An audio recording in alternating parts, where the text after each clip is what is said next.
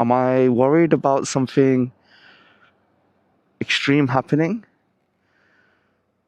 Um, no, not really. Not now.